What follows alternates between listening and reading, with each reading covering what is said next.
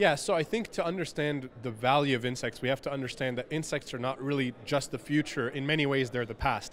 Insects were one of the first sources of food consumed by humans ever since humans existed on Earth. The question is, why all of a sudden is there a renewed interest in insects, not just in the countries and cultures that consume them, but on a much larger global level?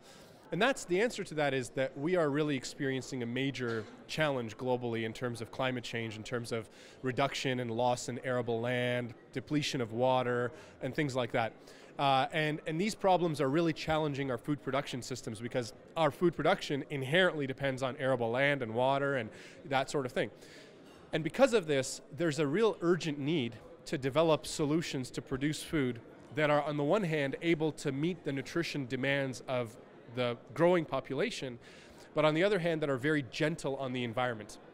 And that's not true with a lot of our current production systems, including livestock production. You know, the average cow needs to eat about 8 kilograms of feed just to give you 1 kilogram of beef. So there's a lot of loss in the farming of a lot of livestock. What we want to find, what we've identified in insects, is a form of livestock, micro livestock, that is far more efficient at converting feed into protein. So a typical cricket, for example, or crickets, would need about 1.5 kilos of feed to give you the same 1 kilo of meat. So the proportion and the efficiency is much higher, which means you need less energy, less water, and less resources to produce. At home, it's possible, just like you can, plant your own tomatoes and cucumbers. It's not very economic. Most people do it not because they're trying to save money, because it actually costs a lot of your time and energy and fertilizer and things. And people do it more to be connected to the farming process itself. So if that's your goal, I would encourage it. But if you're doing it because you think it's the most inexpensive way, I probably would be skeptical. You know, it's a great question, and to the credit of a lot of these large food companies, many of them are already thinking about insects. And I'm not going to mention specific names, but some of the big companies, including the one you mentioned, I'm confident this is top of mind. You know, I know that Nestle has made a lot of new investments in alternative proteins, and so it's not far-fetched to imagine that insects can be seen in their portfolio. The same is true with many of the other large food companies. So in fact, I think there's a massive global shift towards alternative proteins more broadly. And because insects are inherently an alternative protein, I imagine this is going to be a scenario that we're going to see lots and lots of companies embrace. Yeah, I mean, I think the important thing to determine whether something is sort of just a fad or if it's a real trend is to kind of look at how enduring it is and how much adoption there is and the history of it. Like I said in my earlier point, insects have always been part of human food culture, so they're not going anywhere. In my mind, it's not a fad. Now, insect consumption in specific countries like in Europe or countries in the continent of Europe or in countries like the United States and Canada, that is new. And so to make sure that really gets to the mainstream, you have to solve two problems. First, you have to really engineer a cultural acceptance of this food, because lots of people in these countries did not grow up with insects as a food. Actually, they grow up with insects as the opposite of food, as a pest.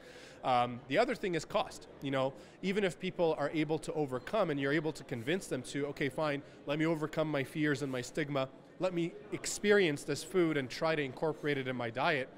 The problem is if it's too expensive, it doesn't make sense. I mean, if a father or mother are going and doing their grocery shopping for the week, sure, they're going to pay 10% more for a high quality protein, but they're not going to pay 200% more.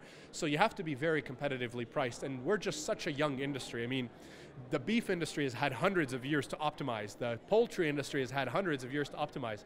We've only had 5 years. So we still have a lot of work to do, but we're gaining ground very rapidly, and I think in the matter of the next 2 years, we're going to be on par with a lot of the competitive meat prices, and then within 10 years, we'll be lower, and that's amazing. To be able in 20 short years to supersede the cost basis of many of these far more enduring and well-established and optimized protein sources is incredibly exciting. Yeah, I mean, I think it's really important to think about the journey that sushi took. I mean, sushi began really as a very confined cultural practice to one country specifically and a few other neighboring countries. And so how do you take something so local and globalize it, which is what happened with sushi in the last 25 years? Well, a lot of things happened, but one of the very clever things that took place was the introduction of different types of familiar products that help people ease their way into the idea of eating raw fish, because most people are not going to eat raw fish right away. So you need to ease them into the process. So one thing that was done was the California roll. So it's an element where you combine some familiar components like rice and maybe a cucumber or avocado with some new unfamiliar ingredients like seaweed and some kind of raw fish. And that became a really interesting introduction for a lot of people that helped them over time graduate to eventually now eating totally raw fish in the form of sashimi. So I think with insects it's the same story. What you have is a global phenomenon that's already well established in some cultures, and now a strong desire to take it global and to make it universal. And to do that, you have to think of local tastes and how do you adapt this specific food to local tastes in a way that can be really endearing to people and get them to get over the idea. Once they get over the idea, they'll be able to take themselves through the journey. I don't think for the first time I had sushi, I needed to go with a bunch of friends, and I don't think I really liked it. But then, social pressure meant that I was able to go a second time and a third time. And you know what, by the third time I enjoyed it. And then now I eat sashimi regularly.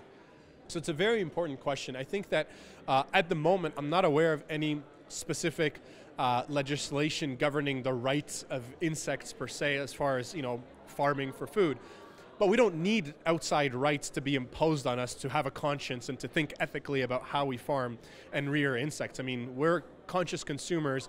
We are appalled by a lot of factory farming that a lot of livestock is exposed to, similar to many consumers. I think what's really important is to understand that you have to take everything case by case. It's very simplistic and convenient and lazy to just assume a blanket response to every type of animal and every type of farming. And I don't think that's appropriate. I don't think that allows for a healthy dialogue. I think it's important to understand, how do we farm insects? Walk into our facility and see what we do. The reality is, number one, unlike most forms of livestock, like think of a chicken. Most people will argue that a typical chicken, in the wild, an open pasture, is exposed to a far more rich lifestyle than when it's exposed to concentrated factory farms. And by the way, I agree with that, and I think that makes a lot of sense. With crickets, it's actually the opposite. If you think of a cricket in the wild, you're in the bottom of the food chain. Everything around you is essentially a predator. So you're constantly escaping predation, which is not particularly a happy lifestyle. Secondly, you also are exposed to a tremendous amount of filth, which is mainly your food source, because as the lowest thing on the value chain, by the time any meaningful food exists, some other animals way higher than you have already gotten to it, and you can't dare approach, or else you're going to become the meal. So essentially, most insects in the wild don't have access to healthy and clean food, if at all. Most of them are exposed to enormous amount of predators. And finally, they're exposed to rapid fluctuations in temperature that also can affect their growth. In the case of our farms, insects are farmed indoors, which means the climate is steady all year round, so there's no stress induced by these fluctuations in temperature. They are exposed to and given only the highest quality organic feed that we source locally.